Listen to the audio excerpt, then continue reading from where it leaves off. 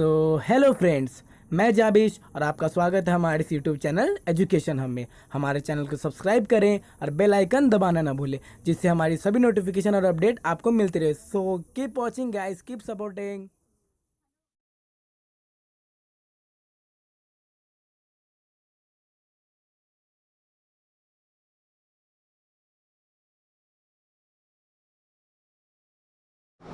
Hello everyone, कैसे हैं आप सब। और आपका बहुत बहुत स्वागत है हमारे इस यूट्यूब चैनल जिसका नाम है जाबिश फिज़िक्स। तो चलिए आज का टॉपिक शुरू करते हैं। इससे प्रीवियस लेक्चर्स में हम लोगों ने डिस्कस करा था गॉस थ्योरम के बारे में, और गॉस थ्योरम को बहुत अच्छे तरीके से समझे थे। उसके प्रूफ को हम लोगों ने समझा था, उसके कुछ कंडीशंस को हम लोगों ने समझा था।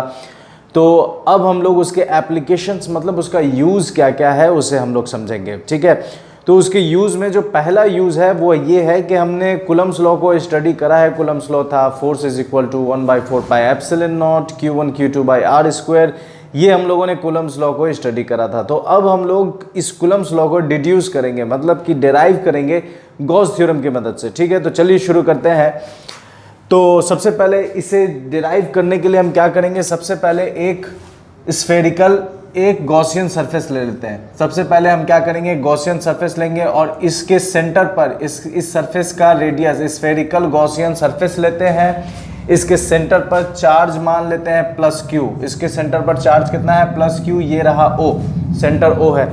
अब काम ये करना है कि यहाँ पर हमें इस पॉइंट चार्ज की वजह से यहाँ पर कितना इलेक्ट्रिक फील्ड होगा, ये निकालने के लिए क्या करेंगे, ठीक है, कि गॉस थ्योरम का यूज करेंगे। तो गॉस थ्योरम के लिए हम क्या करते हैं, सबसे पहले एक छोटा सा स्मॉल एरिया लेते हैं। ठीक है, एक स्मॉल एरिया लेने के बाद, ठीक है, ये जैसे ही हम लोग स्मॉल एरिया लेते हैं यहाँ पर ds, तो इसका एरिया वेक्टर n कैप इस तरफ होगा, और ये पॉइंट चार्ज है, इस वजह से इससे जो फील्ड लाइंस होगी वो बाहर की तरफ होगी। तो थीटा कितना बनेगा, इलेक्ट्रिक फील्ड और एरिया वेक्टर के बीच में 0 डिग्री। ठीक है, इस पॉइंट की वजह से इससे फ्लक्स कितना होगा, इस छोटे से सरफेस से फ्लक्स कितना होगा, ये हम निकाल लेते हैं। तो यहाँ पर अगर हम फ्लक्स निकालेंगे तो लिख सकते हैं flux through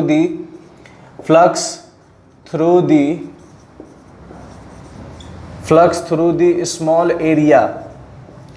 small area is d phi. Flux क्या होगा, स्मॉल होगा, डी फाई का फॉर्मूला क्या होता है, close integration E vector dot ds vector. ठीक है, तो D phi is equal to, ठीक है, D phi is equal to हो जाएगा close integration E vector, ds हटेगा तो आएगा cos थीटा।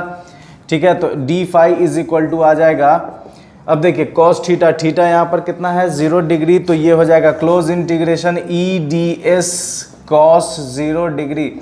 cos 0 डिग्री का वैल्यू होता है 1, इसलिए d phi is equal to close integration E ds। ठीक है, अगर हम टोटल सरफेस एरिया निकालेंगे तो ये हो जाएगा D phi is equal to E, बाहर हो जाएगा क्लोज इंटीग्रेशन ds। ठीक है, तो फाई इज इक्वल टू आ जाएगा ई क्लोज इंटीग्रेशन ds। अब देखिए फ्रॉम गॉस थ्योरम से हम क्या जानते हैं, तो from Gauss theorem we have, हमारे पास क्या है, तो देखिए we have phi is equal to Q by epsilon nought. ठीक है, तो यहाँ पर हम फाई का वैल्यू पुट कर देंगे तो हो जाएगा, फाई की जगह हम इतना पुट कर देंगे Q, और Q यहाँ पर कितना है, +Q है, तो Q by epsilon not is equal to close integration E बाहर है तो E को बाहर लिख देते हैं, E और ds। तो Q is equal to Q by epsilon not is equal to E और ds। ऐसा छोटा छोटा सरफेस जोड़ेंगे तो ये हो जाएगा total surface area of sphere, तो जो कि हो जाएगा 4 पाई आर स्क्वायर। तो E इज इक्वल टू हो जाएगा, ये सबको इधर भेज देंगे तो हो जाएगा 1/4 pi epsilon nought Q by r square. ये इलेक्ट्रिक फील्ड आ गया। अब यहाँ पर क्या करेंगे कि मान लेते हैं अगर कोई चार्ज यहाँ पर हम प्लेस करेंगे तो उस पर फोर्स कितना लगेगा, इस वाले पॉइंट को मान लेते हैं, यहाँ वाला हिस्सा पॉइंट P है, तो मान लेते हैं कि if A point charge Q naught, if a point charge Q naught is placed at P, then force experienced is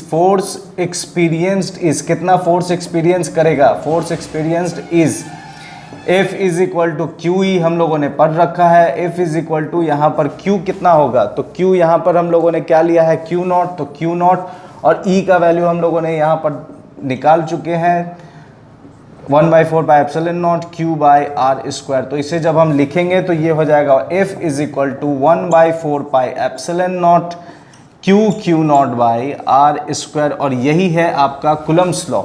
ठीक है, तो ये हम लोगों ने कूलम्ब्स लॉ को यूज़ करा गॉस थ्योरम के मदद से। ठीक है, कूलम्ब्स लॉ को डेराइव किया है गॉस थ्योरम की मदद से। तो ये हमारा पहला एप्लीकेशन है। अब हम लोग दूसरे एप्लीकेशन को समझेंगे। तो कूलम्ब्स लॉ के डेरिवेशन के बाद अब हम लोग समझेंगे हमारा दूसरा डेरिवेशन जो है field due to an infinite long charged wire. मतलब कि एक बहुत लंबी तार है, बहुत ज़्यादा ही बड़ी लंबी तार है और उसके ऊपर चार्ज है, और उसकी वजह से जो फील्ड होगा वो कितना होगा। तो इसके लिए सबसे पहले हमें एक काम करना है। काम ये करना है, देखिए सबसे पहले हम क्या करेंगे, एक इनफाइनाइट लॉन्ग चार्ज्ड वायर ले लेते हैं। ठीक है, तो सबसे पहले जब हम एक इनफाइनाइट लॉन्ग चार्ज्ड वायर ले लें अगर, ठीक है, ये इनफाइनाइट लॉन्ग चार्ज वायर हो गया, इसके ऊपर कुछ ना कुछ चार्ज है तो इसके ऊपर चार्ज दे देते हैं कि ये मान लेते हैं इसके ऊपर चार्ज है पॉजिटिव।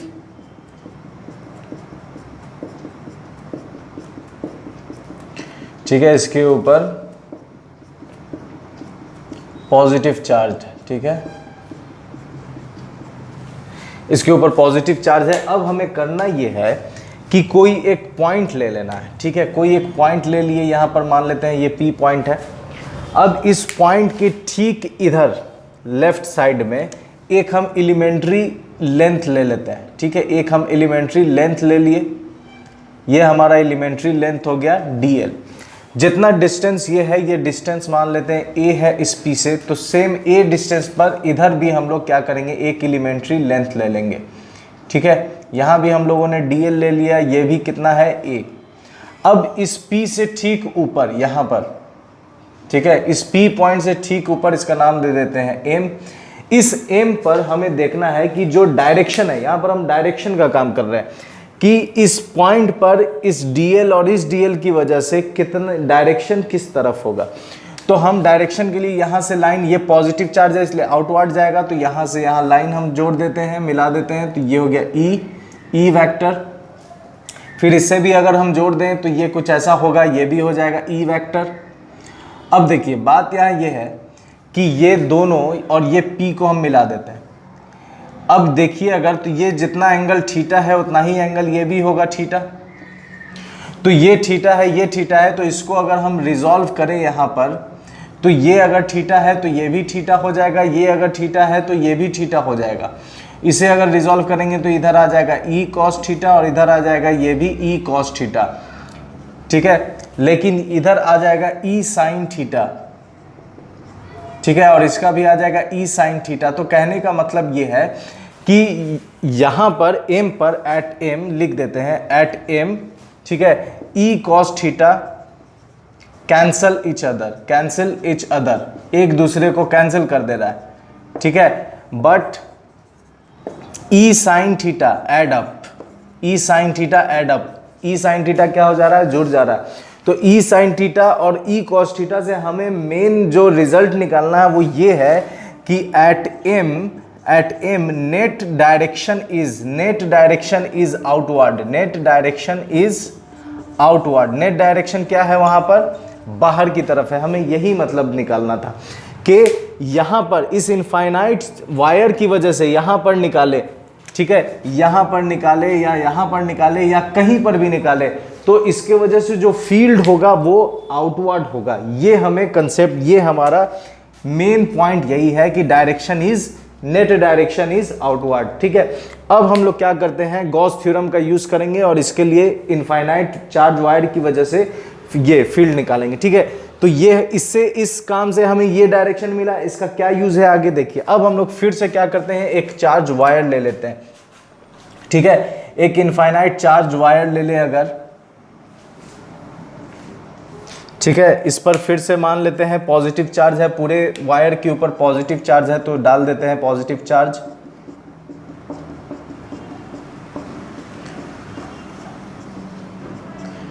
ठीक है, अब हम लोग क्या करेंगे तो अब हम काम ये करेंगे कि इसके लिए हमें गॉसियन सरफेस ड्रॉ करना है।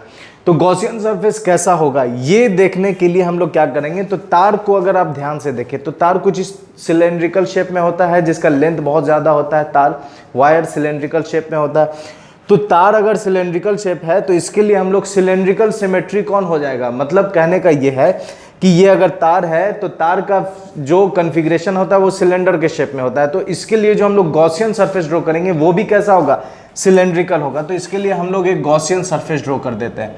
ये इसके लिए हम लोगों ने एक गॉसियन सरफेस ड्रॉ कर लिया, ठीक है। और इससे प्रीवियस क्लास में हम लोगों ने डिस्कस करा था कि सिलेंडर के पास टोटल कितने सरफेस होंगे। तो एक सरफेस ये होगा सरफेस 1, एक सरफेस ये होगा सरफेस 2 और एक ये होगा सरफेस 3। अब देखिए इस सरफेस का एरिया वेक्टर इधर, इस सरफेस का एरिया वेक्टर इधर इन कैप, और इस सरफेस का एरिया वेक्टर इस तरफ। तो तीनों सरफेस के लिए हम लोगों ने एरिया वेक्टर निकाल लिया। अब तीनों सरफेस के लिए जब हम लोगों ने एरिया वेक्टर निकाल लिया है तो अब इलेक्ट्रिक फील्ड, तीनों सरफेस से इलेक्ट्रिक फील्ड के डायरेक्शन को देख लेते हैं। तो ये पॉजिटिव, ये जो चार्ज वायर है इसके वजह से इलेक्ट्रिक फील्ड का डायरेक्शन हमेशा क्या होगा, आउटवर्ड होगा। तो इस पॉइंट पर भी इलेक्ट्रिक फील्ड किधर, इस तरफ, ई वेक्टर थीटा कितना बनेगा, 90 डिग्री। इस सरफेस के लिए भी देखें तो इलेक्ट्रिक फील्ड का डायरेक्शन किधर होगा, ऊपर की तरफ, थीटा कितना बनेगा, 90 डिग्री। इसके लिए देखें तो इलेक्ट्रिक फील्ड ऊपर की तरफ, थीटा कितना बनेगा, 0 डिग्री। अब देखिए यहाँ पर टोटल फ्लक्स अगर हम निकाले सिलेंडर से तो S1 से 0, S2 से 0, क्योंकि थीटा कितना है, 90 डिग्री है। तो यहाँ हम लिख सकते हैं φ1 and φ2। φ1 is equal to φ2 is equal to कितना, 0, because since theta is 90 degree. Theta कितना है, 90 डिग्री है, इस वजह से दोनों से फ्लक्स कितना हो जाएगा, 0। तो नेट फ्लक्स सिर्फ किससे जाएगा, इस सरफेस 3 से हो जाएगा। तो flux through the surface, flux through the surface, flux through the S3 से फ्लक्स कितना होगा, तो phi is equal to close integration E vector dot ds vector, ठीक है। हमें इलेक्ट्रिक फील्ड निकालना है। तो अब देखिए गॉस थ्योरम लगाएं तो गॉस थ्योरम से क्या होता है, यहां पर लिख लेते हैं from Gauss theorem we have, from Gauss theorem we have, क्या है हमारे पास, देखिए from Gauss theorem we have phi is equal to Q by epsilon nought, ठीक है। Phi is equal to Q by epsilon nought, ये है हमारे पास। तो यहाँ पर फाई की जगह हम यही पुट कर देंगे, फाई इज इक्वल टू यहाँ पर E close integration E ds cos theta. Phi की जगह हम गॉस थ्योरम से क्या डाल देंगे, Q बाई एप्सिलॉन नॉट। तो Q by epsilon not E बाहर, ds का इंटीग्रेशन करना है, ठीक है। cos थीटा कितना है, 0 डिग्री, तो हो जाएगा 1।